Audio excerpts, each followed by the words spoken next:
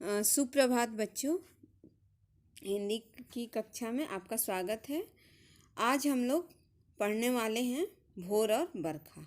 ठीक है, ये भोर और बरखा कविता मीराबाई द्वारा रचित है। ठीक है, कहते हैं पारिवारिक संतापों से मुक्ति पाने के लिए मीराबाई घर बार छोड़कर वृंदावन जा बसी थी और कृष्णमय हो गई थी। इनकी रचनाओं में इनके आराध्य कहीं निर्गुण निराकार ब्रह्मा, कहीं सगुण साकार गोपी बल्लभ श्री कृष्ण हैं। ठीक है, भोर और बरखा जो है मीराबाई द्वारा रचित दो पद हैं। ठीक है, पहले पद में मीराबाई ने भोर के समय श्री कृष्ण को नींद से जगाने का उल्लेख किया है। वो कहती हैं कि जागो बंसी वारे ललना। ठीक है, पहले पद में मीराबाई माँ यशोदा के द्वारा श्री कृष्ण के जगाने का उल्लेख उन्होंने किया है कि किस तरह से सुबह होने पर माँ यशोदा जो हैं वो श्री कृष्ण को जगाती हैं।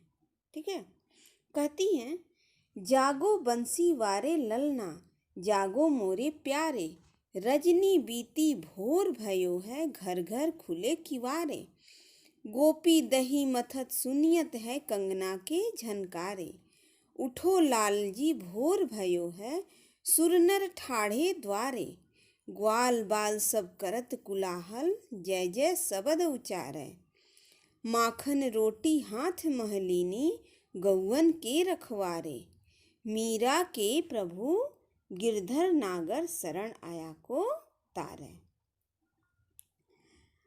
मीराबाई कहती हैं कि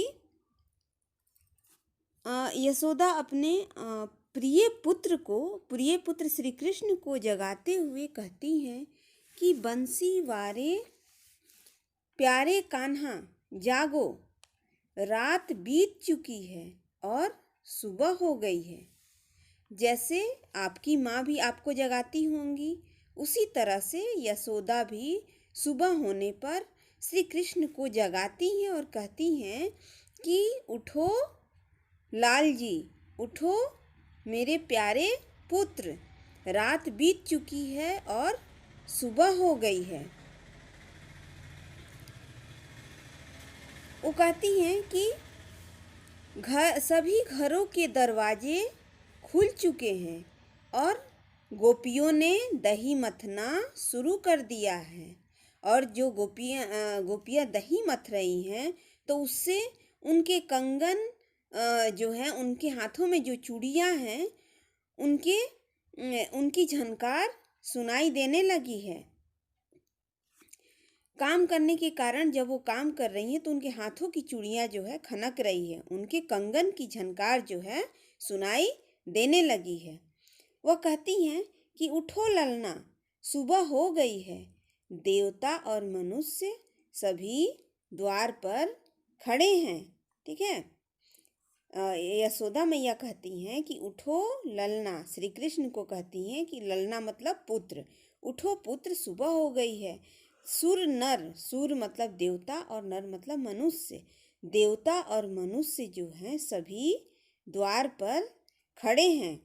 ठीक है, और ग्वालों के बच्चे जो हैं वो भी शोर मचा रहे हैं और साथ साथ तुम्हारी जयकार भी कर रहे हैं। मीरा कहती हैं कि ये माखन रोटी हाथ में लेकर गायों की रक्षा करने वाले मेरे गिरधर नागर, आप शरण में आए लोगों का उद्धार करते हो।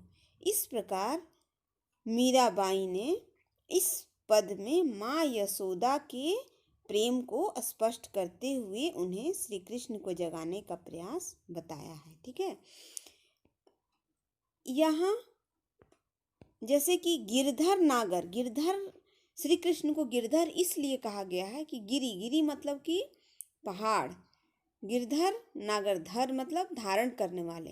तो एक बार श्री कृष्ण अपनी उंगली पर गिरी मतलब पहाड़ को उठा करके गोकुल वासियों की उन्होंने वर्षा ऋतु से बरसात से ये रक्षा की थी। उसी के कारण उनको यहाँ गिरधर नागर कहा गया है।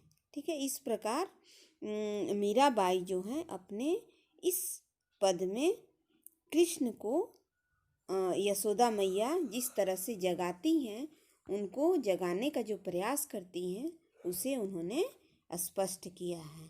ठीक है, साथ ही वह कहती हैं कि आप माखन रोटी हाथ में लेकर गायों की रक्षा करने वाले हैं। आप साधारण सा जीवन बिताने वाले हैं, लेकिन आप कैसे हैं? तो आप गिरधर नागर हैं और आप शरण में आए हुए लोगों का उद्धार करने वाले हैं। अर्थात जो भी आपकी शरण में आते हैं, आपसे जो भी सहायता मांगते हैं, आप उन सबकी सहायता करते हैं, उनकी रक्षा करते हैं। ऐसा भाव यहाँ मीराबाई ने प्रकट किया है। ठीक है, अब हम दूसरे पद को देखते हैं। दूसरे पद में मीराबाई कहती हैं कि बरसे बदरिया सावन की मन भावन की, सावन में उमंगियों मेरो मनवा, भनक सुनी हरियावन की, उमड़ घुमड़ चहुदिस से आया, दामिन दमके झर लावन की, नन्ही नन्ही बूंदन में हा बरसे, शीतल पवन सुहावन की, मीरा के प्रभु गिरधर नागर आनंद मंगल गावन की। प्रस्तुत पद में मीराबाई सावन की बरखा अर्थात बरसात का वर्णन किया है।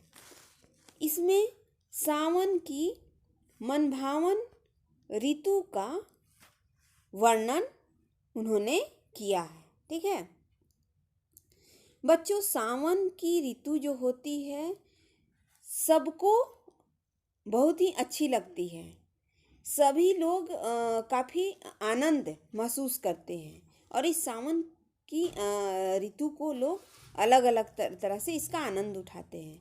कुछ लोग झूला झूलते हैं। ठीक है, चारों तरफ का वातावरण जो है हरा भरा हो जाता है और इस तरह का वातावरण मन को सुकून शांति प्रदान करने वाला होता है, आनंद प्रदान करने वाला होता है। तो वही मीरा कहती हैं कि ये जो सावन के ये बादल बरस रहे हैं, ये जो सावन की ऋतु है वो मन मोहने वाले हैं। ठीक है, ये मन मोहने वाले बादल बरस रहे हैं अर्थात वर्षा हो रही है और इस सुंदर वातावरण में, मन को मोहने वाले वातावरण में मुझे श्री कृष्ण के आने की आहट सुनाई दे रही है। वह कहती हैं कि उन्हें वर्षा के कारण ऐसा आभास हो रहा है कि इस सुहावनी ऋतु में श्री कृष्ण आने वाले हैं। ठीक है, और उनके आने की आहट उन्हें महसूस हो रही है। उन्हें ऐसा आभास हो रहा है कि श्री कृष्ण आने वाले हैं और इस कारण से उनके मन में एक अलग तरह का उमंग भर जाता है। चारों दिशाओं से बादल जो हैं उमड़ घुमड़ कर आ रहे हैं और बादलों के टकराने से आसमान में बिजली चमक रही है। उमड़ घुमड़ चहुदिस से आया, दामिन दमके झर लावन की, मतलब कि चारों दिशाओं से जो बादल घिर कर आ रहे हैं, तो बादलों के टकराने से आसमान में क्या बिजली भी चमक रही है। और झर लावन मतलब कि लगातार वर्षा की बूंदें जो बरसने लगी हैं। नन्ही नन्ही बूंदन मेहा बरसे, शीतल पवन सुहावन की, और जो हवा चल रही है वो भी कैसी है, एकदम शीतल ठंडी, मतलब कि हवा भी एकदम ठंडी ठंडी ठंडी और सुहावनी हवा बह रही है। और इस सुंदर वातावरण में जो इतना आनंददायक वातावरण हो गया है, तो इसमें मीरा को अपने प्रभु के आने की आहट सुनाई देने लगी है। ठीक है, तो मीरा इस वातावरण का, इस सुंदर वातावरण का उल्लेख करते हुए कहती हैं कि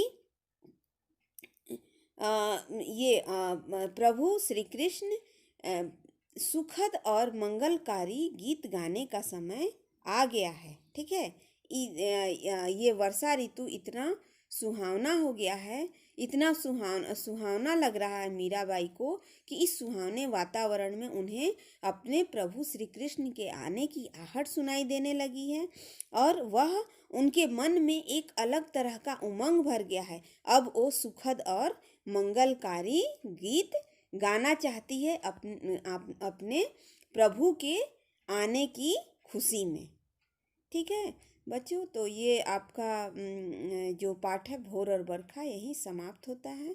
इस वीडियो को आप लोग ध्यानपूर्वक देखिएगा और जो